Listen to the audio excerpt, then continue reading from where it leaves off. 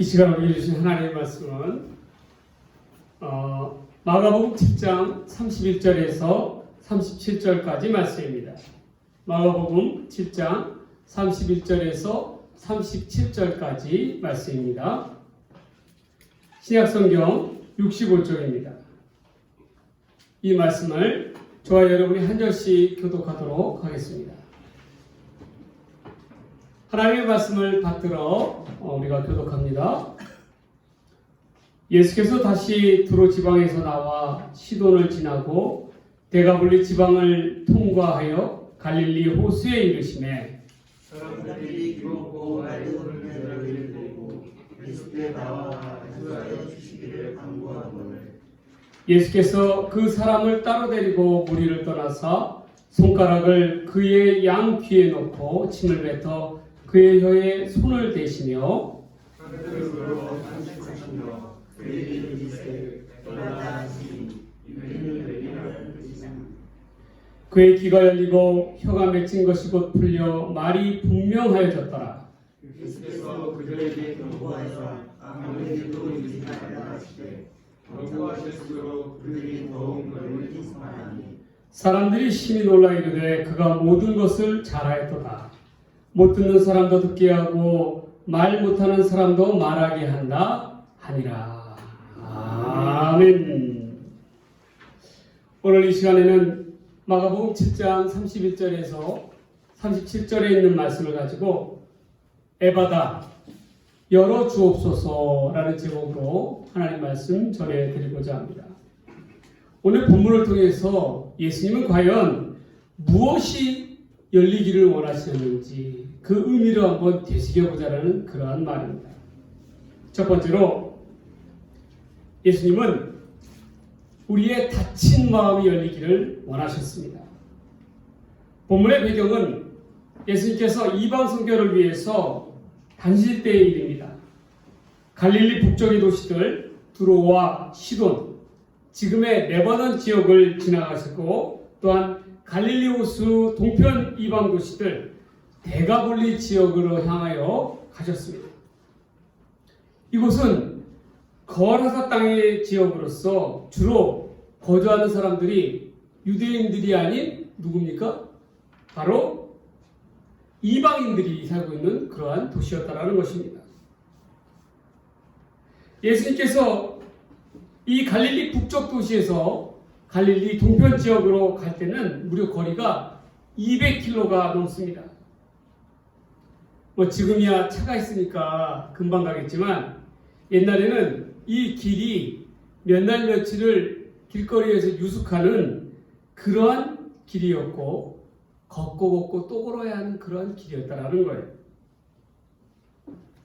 예수님은 무엇 때문에 이 유대인들이 거리는 이방인이 사는 그러한 지역까지 가셨을까요? 바로 오늘 본문의 주인공인 어느라고 김옥은 자를 만나기 위한 여정이었다라는 것입니다. 그런데 이를 지켜다본 제자들의 입장은 어떠했을까요? 한마디로 마음에 들지 않았습니다. 왜 그랬겠어요? 제자들의 마음은 이미 굳어질 대로 굳어져 있고 마음과 생각이 닫혀져 있었습니다. 왜냐하면 복음, 하나님의 은혜는 누구의 것이라고 생각했냐면 이방인이 아니라 이 유대인이 아니라 유대인들의 것이라고 생각했기 때문에 이방인들이 몫이 아니라 유대인들이 선민 사상, 그러한 사상에 젖어 있었기 때문에 그 틀을 벗어나지 못한 거예요. 그래서 하나님의 은혜는 자기네들 것만 누려야 할 특혜라고 생각했던 거예요.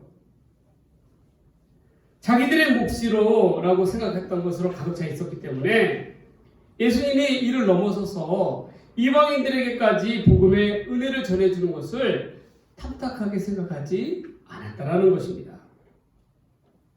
오늘 본문에 앞서 언급한 내용은 어떤 내용이냐면 수로보니게 지역에 사는 여인에 대한 그 이야기가 나와요.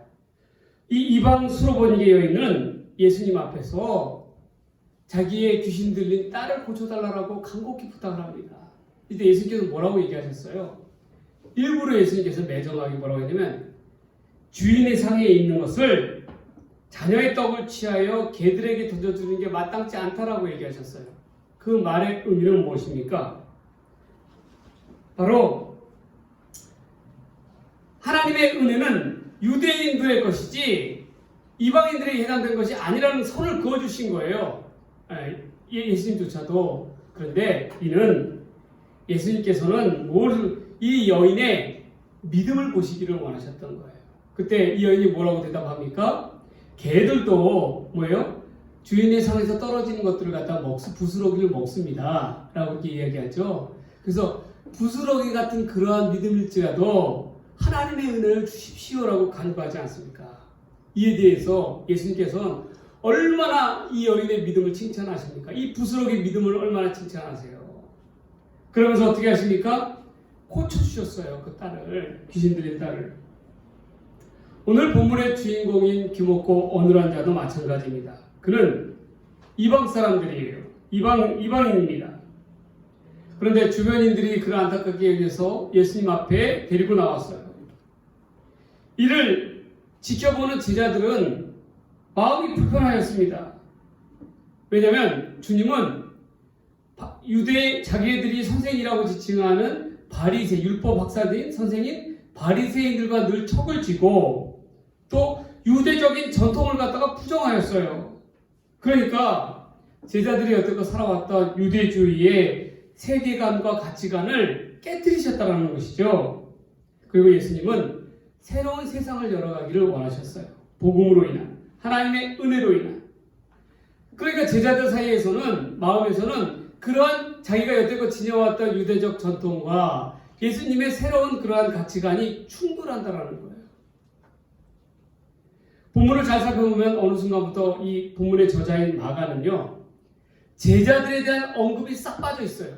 이 수로보니게 여인의 이야기에서부터, 이방인 선교에서부터 그 이야기가 제자들에 대한 언급이 없어요. 언급 자체가 없어요. 그리고 단순히 무리들이라고 표현을 합니다. 그 까닭은 왜 그렇겠습니까?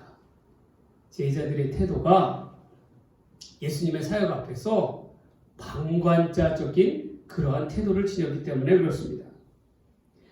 이방인들을 향하여 다친 마음으로 나아갔기 때문에 그러는 거예요. 본문의 32절과 33절을 한번 보겠습니다.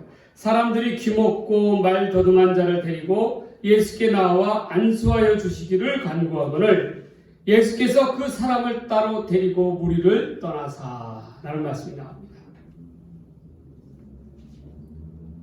예수님께서는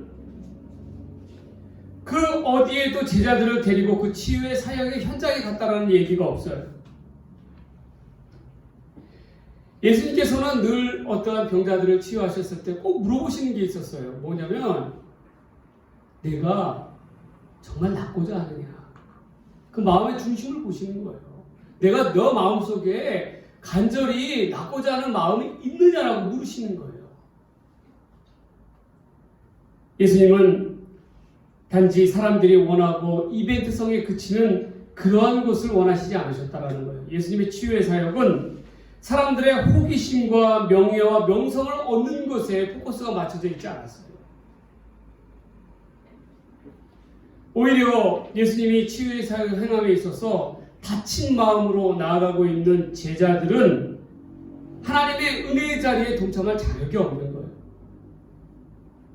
왜냐하면 잘못하면 그들에게 있어서는요, 그들의 눈에는 예수님의 치유에 대한 그런 이정만을 바라다 볼 것이지 그 안에 숨겨져 있는 그 병자를 치유함에 있어서 숨겨져 있는 하나님의 은혜와 따뜻한 사랑은 덮어질 수가 있다는 거예요. 그걸 바라다 보지 못할 수가 있다는 것입니다. 이를 경계하는 것이에요. 예수님의 치유의 사역은 눈으로 보는 것에 끝나는 것이 아니라 마음의 회복까지도 원하시는 것이 온전한 치유임을 보여주고 있어요. 오늘 이 사건을 통해서 우리는 우리의 모습을 되돌아볼 수 있습니다. 우리는 예수를 믿는다고 하면서도 얼마나 열린 마음을 가지고 세상을 향하여 예수님의 참다운 정신을 보여주고 있느냐 한번 되물어봐야 된다는 거예요. 어쩌면 우리 스스로가 이 제자들과 마찬가지로 유대인들과 마찬가지로 선민 사상에 젖어서 하나님의 은혜는 나만의 몫이다라고 착각하고 있는 것은 아닌가. 내가 스스로 다친 마음의 소유자가 아닌가 한번 봐야 한다는 거예요. 요즘 우리 교회들을 갖다가 세상 사람들은 어떻게 바라보냐면 그들만의 리그라고 보고 있어요.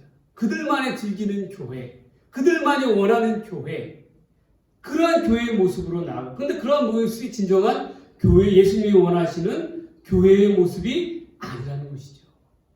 폐쇄적인 교회의 모습을 깨트려야 한다는 거예요. 그리고 교회는 예수님의 올바른 정신을 가지고 이 열린 마음으로 나아가야 된다는 거예요. 이 에바다의 정신을 가지고 나아가야 된다는 것입니다. 세상은 우리 교회에게 있어서 믿음의 공동체에게 있어서 끊임없는 도전과 숙제를 안겨주고 있어요. 그런데 우리들은 어떠한 자세를 취하고 있느냐? 과연 이것을 받아들일 만한 열린 마음을 가지고 열린 생각들을 가지고 나아가고 있느냐? 한번 되짚어 봐야 한다는 것입니다. 우리는 에바다, 열려라 하는 주님의 음성의 말씀에 귀를 기울여야 할 때입니다. 열린 마음과 열린 자세로서 세상과 함께할 수 있는 교회가 되어야 된다는 거예요. 세상의 아픔 가운데 그 중심에 설 수 있는 교회가 되어야 합니다. 그래야 세상은 다시금 교회를 새롭게 바라보게 될 것입니다. 우리는 결코 제자들과 같이 다친 마음, 다친 생각, 다친 자세를 가지고는 절대로 하나님의 은혜와 하나님의 뜻을 올바르게 나타낼 수가 없어요. 먼저 우리부터 변해야 합니다. 우리의 마음부터 열린 마음이 돼야 돼요. 에바다의 신앙의 중심으로 나아가야 될 줄 믿습니다. 에바다, 열려라, 열어 주옵소서 하시는 이 주님의 음성이 나의 삶 속에 뜨겁게 나타나는 저와 여러분이 되시기를 주의 이름으로 간절히 소망합니다. 소망합니다. 두 번째로 예수님께서 바라시는 것은 바로 우리는 닫힌 귀가 열려야 할 줄 믿습니다. 여러분, 제가 요즘 특별히 관심을 갖고 있는 게 있어요. 그게 뭐냐면 건강입니다. 왜 건강이 중요하냐? 특별히 교회 사역을 하는 데 있어서 건강이 중요하냐 하면 교회 사역이라는 것은요, 아무리 내가 하고 싶어서 할 수 있는 게 아니더라고요. 원한다 해서 이루어지는 게 아니에요.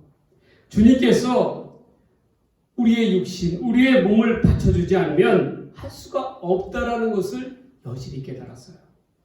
그래서 저는 어떻게 하면 건강해질 수 있을까 한번 생각을 해봤습니다.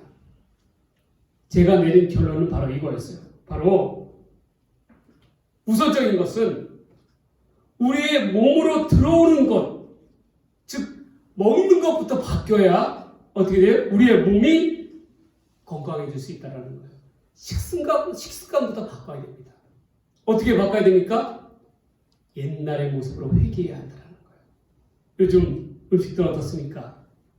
패스트푸드다 뭐다 해다 어떻게 돼요? 자극적이고 달고 맵고 그런 것들을 많이 원하잖아요. 그런데 우리 몸에는 그게 사실 치명적이라는 거예요. 그러면 우리가 건강해지려고 그러면 어떻게 되냐면 옛날 어른들이 드셨던 것 같이 그런 식으로 돌아가야 된다는 거예요. 그래서 제가 요즘 꽁보리밥을 먹고 있어요. 꽁보리밥. 근데 보리밥이 몸에 얼마나 좋은지 몰라요. 먹는 순간부터 제 몸이 바뀐다는 걸 느껴져요. 여러분, 건강하고 싶으면 식습관부터 바꿔야 합니다.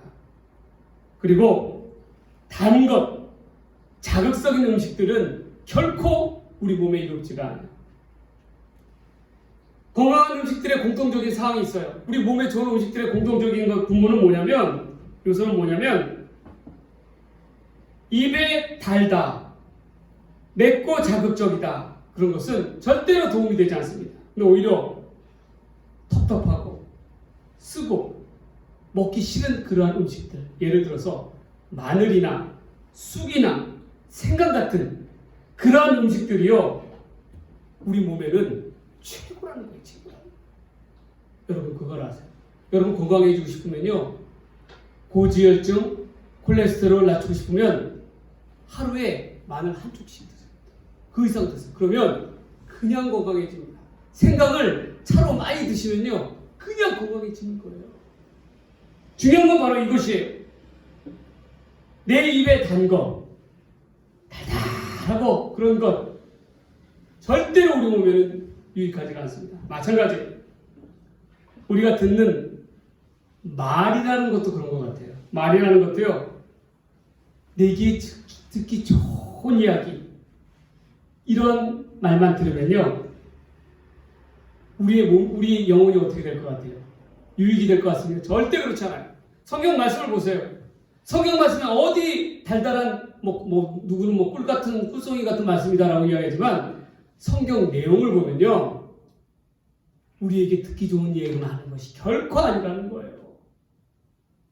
오히려 꿀같이 달콤한 말들은 우리의 영혼을 미혹합니다. 그다지 도움이 되지 못해요. 그런 면에 있어서 오늘날 우리 교회의 목사들이 책임이 너무나도 커요. 왜냐? 목사들이요, 교인들 눈치를 보다 보니까 어떻게 됩니까? 교인들 듣기 좋은 얘기만 하는 거예요. 그러니까 어떻게 됩니까? 정작 해야 될 하나님의 말씀은 전하지 않고 생활의 영혼을 깨울 수 있는 그런 말씀은 전하지 않고 어떻게 돼요? 듣기 좋은 말들, 달달한 말들만 하고 있으니 어떻게 하고 있어요? 오늘날 우리 교회가 이렇게 된 거예요. 교회가 살아나기 위해서는, 우리의 영혼이 살아나기 위해서는요, 하나님의 말씀을 있는 그대로 받아서 그 말씀 그대로 삶 속에 녹아내릴 수 있도록 전해야 한다는 거예요. 때로는 듣기 싫은 이야기도 들어야 한다는 거예요. 입 바른 소리에, 쓴 소리에 귀를 기울여야 합니다. 왜냐하면 우리의 영혼에 그런 소리들은 양약이 되기 때문에 막상 들으면 듣기 싫죠. 목사님 저도 마찬가지예요. 목사들이 가만 보면 제일 폐쇄적이에요. 딴 사람들의 말은 절대로 듣지 않아요. 오로지 뭐예요? 자기 말. 그런 모습들을 많이 보게 됩니다. 그러나 절대 그래서는 안 된다는 거예요. 우리는 무엇보다도 열린 귀가 되어야 합니다. 믿음은 어떻게 자라난다고 했어요? 들음으로 자라난다고 이야기하고 있습니다. 우리가 어떠한 소리를 듣느냐, 어떠한 소리에 귀를 기울여야 따라서 우리의 영혼이 달라진다는 거예요. 우리 귀가 늘 세상의 소리에 귀를 기울이고 있으면 우리의 믿음은 결코 자라날 수가 없어요. 왜냐? 세상의 소리는 우리의 영혼을 갖다 갉아먹는 척박한 소리이기 때문에. 그럴 까닭에 우리는 우리의 듣는 그러한 이 귀를 갖다가 올바르게 세워야 한다는 거예요. 사람의 생각은요, 어디서부터 정보를 얻느냐면 듣는 거, 보는 거에서부터 그 정보를 얻게 되어 있어요. 그렇기 때문에 무엇을 관심을 두고 있느냐가 제일 중요합니다. 우리 믿는 이들이 관심이 온갖 세상의 소리. 야, 누가 들어보니까 세상에 주식으로 갖고 돈을 이렇게 벌었대. 어느 엄마는 보니까 명품 옷을 갖다가 그걸 갖다 어떻게 이벤트로 해갖고 그렇게 싸게 샀대. 여러분, 그런 소리에 귀를 기울이고 있으면요, 우리의 영혼은 세상의 중심 가운데 갈 수밖에 없는 거예요. 그러나 어떻습니까? 우리의 영혼이 하나님의 말씀에 온전히 붙들려 있으면, 올바른 이야기에 귀를 기울이고 있으면 우리의 생각의 사고가 달라진다는 거예요. 그것을 분명히 깨달아야 합니다. 우리의 귀가 하나님의 복음의 말씀에 열려 있으면 우리의 믿음은 자연스럽게 자라날 수밖에 없어요. 본문으로 들어가 한번 살펴봅니다. 예수님께서 본문의 이 33절과 34절 말씀입니다. 예수께서 그 사람을 따로 데리고 무리를 떠나사 손가락을 그의 양귀에 넣고 침을 뱉어 그의 혀에 손을 대시며 하늘을 우러러 탄식하시며 그에게 이르시되 에바다 하시니 열리라는 뜻이니라. 본문에서 예수님께서 탄식하셨다는 말은 귀먹고 어눌한 상태를 보시고 그를 가엾게 여기셨다는 거예요. 제가 아는 어떤 목사님이 이런 말씀을 제일 많이 하세요. 가보면 어떻게 얘기하시냐면, 아이고, 어쩌면 좋아요. 어쩌면 좋아요. 그렇게 얘기하시는 목사님이 계셔요. 근데 그게 뭐 어떤 말이에요? 그 말도 이와 비슷한 얘기예요. 하나님께서 예수님께서 하늘로 우러러 다시 가셨다는 말은, 아이고, 어쩌면 좋냐. 왜냐? 너무 그 귀먹고 어눌한 자의 상태가 안타까우신 거예요. 안타까운. 그래서 어쩌면 좋아요. 하는 그 말과 똑같은 거예요. 그런데 예수님께서는 그를 어떻게 하셨어요? 따로 데리고 가셔서 손가락을 그 양귀에 넣고 침을 뱉어서 그 혀에 손을 대셨다라는 말입니다. 그런데 여기서 우리가 한 가지 의문사항이 있어요. 그 본문에 앞서서 수로보이니게 여인에게는 어떻게 됐어요? 예수님이 수로보에 귀신 들린 딸을 고칠 때 어떻게 고치셨습니까? 직접 가서 고쳐주셨어요? 아니에요. 어떻게 했어요? 그저 말씀으로 선포하였을 때 그 여인의 딸의 귀신이 물러났다라는 거예요. 오늘 본문에는 사람들이 이 귀먹고 어눌한 자를 어떻게 고쳐주시기를 원하셨냐? 사람들은 그저 그의 머리에 안수하여 주기를 원하셨다라는 거예요. 예수님께서. 그런데 예수님은 그렇게 하지 않고 손가락을 그 귀에다가 넣으시고 또 어떻게 해요? 침을 뱉으셔서 그 혀에다가 어떻게 해요? 대셨다라는 거예요. 여러분, 왜 예수님은 이러한 행동을 직접 하셨을까요? 이 부분에 대해서는 한 노아인 목사님이 이렇게 해석하셨어요. 예수님의 이러한 행동은 귀먹고 어눌한 자를 향한 것을 본인이 직접 몸짓을 통해서 내가 너를 어떻게 해요? 고쳐주리라 하고 보여주시는 거예요. 왜냐? 이 사람은 말을 듣지 못하고 어눌한 자 아닙니까? 혀가 굳어있는 자 아닙니까? 그러니까 왜 커뮤니케이션을 할 수가 없잖아요. 유일하게 커뮤니케이션 할 수 있는 게 뭐예요? 귀먹고 어눌한 자들이, 노아인들이 할 수 있는 방법은 수화예요, 수화. 그렇죠? 마찬가지로 예수님께서는 이들에게 이 귀먹고 어눌한 자를 고쳐주시기, 내가 너를 고쳐주겠다라는 그러한 따스한 의사 표현을 보여주신 거예요. 그런데 이러한 표현 가운데는 어떻게 해요? 제자들에게 보라라는 거예요. 비록 귀먹고 어눌한 자가 이방인에도 불구하고 나는 이처럼 이들을 사랑한다라고 보여주는 거예요. 그러한 까닭에 너희도 다친 마음을 열고 어떻게 돼요? 그들을 사랑해야 한다는 것을 몸소 보여주시기 위해서 본인이 직접 손가락으로 그 막힌 귀에다가 어떻게 돼요? 손을 넣으시고 또 침을 뱉어서 그 손으로 혀를 갖다가 대어주셨다는 거예요. 그리고 또 소리쳐서 외치십니다. 에바다! 에바다라는 것은 말은 헬라어가 아니에요. 아람어예요, 아람어. 아람어로서 외치신 거예요, 예수님께서. 열려라! 열려 주옵소서! 하고 외친 거예요. 그런데 여기서 또 다른 의문이 들어요. 예수님은 누가 들으라고 에바다라고 외치셨을까요? 직접 본인이 이 귀먹고 어눌한 자는 못 들어요. 그런데 예수님께서는 외치셨어요. 에바다! 열려라! 이 귀먹고 어눌한 자는 분명 듣고자 해도 듣지 못하였을 것입니다. 그런데 사실 그 자리에서 귀가 먹은 사람들은 이 한 사람에 국한되었을까요? 이 사람은 육신적으로 귀가 멀었지만 그러나 영적으로 보았을 때 영적인 귀머거리들이 얼마나 많이 있습니까? 예수님께서 그렇게 말씀하셔도 전혀 듣지 못하고 딴 생각을 하고 있고 어떻게 해요? 다 머릿속에는 자기 생각들로 가득 차 있는 거예요. 영적인 귀머거리죠. 말씀대로 받아들이지 못하는 자기들이 원하는 듣고자 하는 것만 들으려 하는 그러한 사람들입니다. 여러분, 오늘 이 시간 우리의 귀는 어떠합니까? 우리는 영적으로 올바르게 서 있습니까? 하나님의 말씀을, 주님의 말씀을 있는 그대로 올바르게 받아들이려고 하고 있는 열린 귀가 있습니까? 그렇지 않다면 우리는 여전히 영적인 어떻게 해요? 귀머거리가 될 수밖에 없는 거예요. 하나님의 말씀을 내 삶 속에 올바르게 녹아내리며 스며들게 해서 하나님 앞에 올바른 행동을 하고자 하는 그러한 마음이 있어야 된다는 거예요. 그러기 위해서는 무엇부터 해야 된다고요?